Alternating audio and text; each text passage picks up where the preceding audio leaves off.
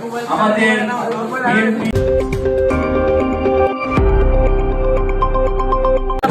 আছেন আমাদের প্রিয় নেতা নাগরিক ঐক্যের সভাপতি মাহমুদুর রহমান ভাই সহ প্রিয় সাংবাদিক বন্ধুরা, আসসালামু আলাইকুম ওয়া রাহমাতুল্লাহ।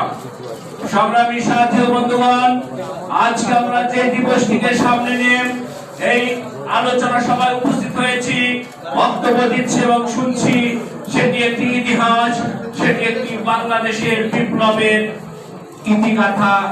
প্রিয় সাথী ও বন্ধুগণ, বাংলাদেশের উজানে অর্থাৎ ভারত যখন ফারাক্কাতে বাঁধ স্থাপন করে গেটগুলো আটকে দিয়েছিল, তখন বাংলাদেশের পক্ষে কথা ঠিক সেই সময় মাওলানা আব্দুল হামিদ খান ভাসানী হুঙ্কার দিয়েছিলেন।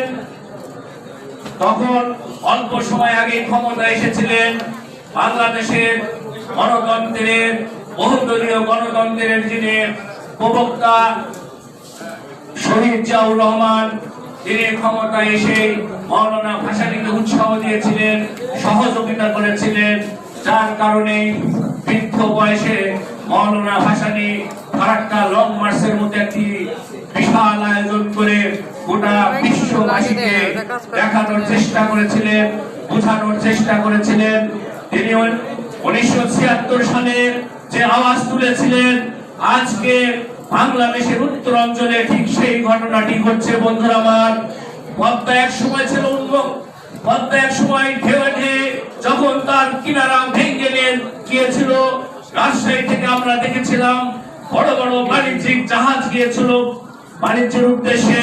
নদী নালা খাল বিল জলে এবং মাছে ভর্তি ছিল। বন্ধুরা আমার, আজকে ফারাক্কা বাঁধের কারণে ওই উত্তর অঞ্চল মরুভূমিতে পরিণত হয়েছে। বন্ধুরা আমার, যেটি আমাদের মাওলানা ভাসানী, মানুষ খাওয়ার পানি পায় না, পানি যেটি আমরা টিউবওয়েল দিয়ে উঠাই, সেই পানি উঠাতে হলে এখন আগে সেই ফারাক্কা বাঁধের আগে ছিল 20 ফিট 15 ফিট নিচে থেকে টিউবওয়েল দিয়ে পানি উঠানো যেত, আজকে সেখানে 360 ফিট গভীরে গিয়েও পানি পাওয়া যায় না, এমন একটি অবস্থা হয়েছে।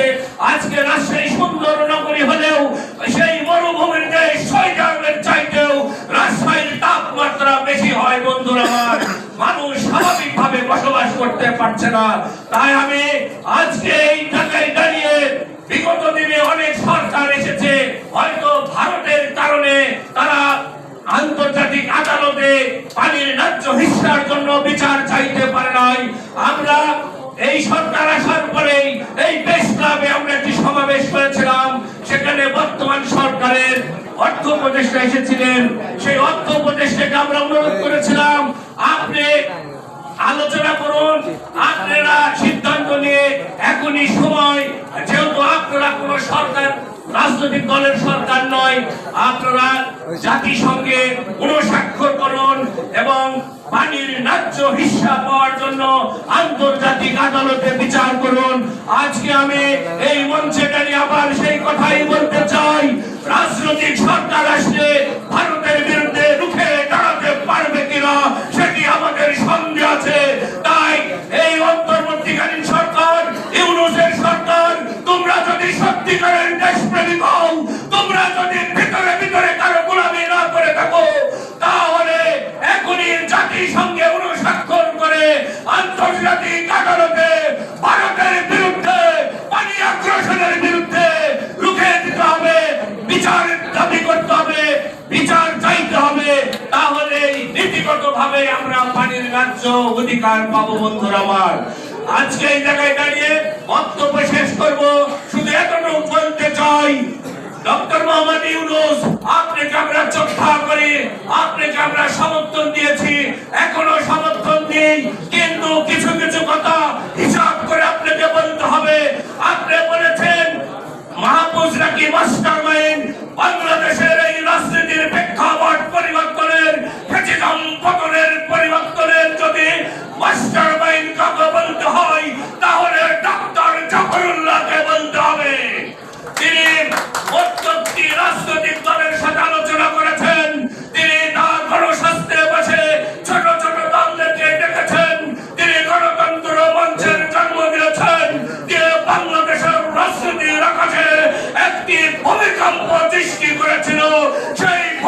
বিপ্লবের ফাটল, এই গণঅভ্যুত্থান এবং ফ্যাসিস্ট হাসিনার পতন। সুতরাং আজকের এইখানে দাঁড়িয়ে মাওলানা আব্দুল হামিদ খান ভাসানী সহ যারা আমাদের মাঝে থেকে চলে গেছে সবার আত্মার মাগফিরাত কামনা করে এই ফারাক্কা লং মার্চ দিবসে আমরা পানির ন্যায্য হিস্সা আছে আমি আমার বক্তব্য শেষ করছি। আসসালামু আলাইকুম ওয়া রাহমাতুল্লাহ।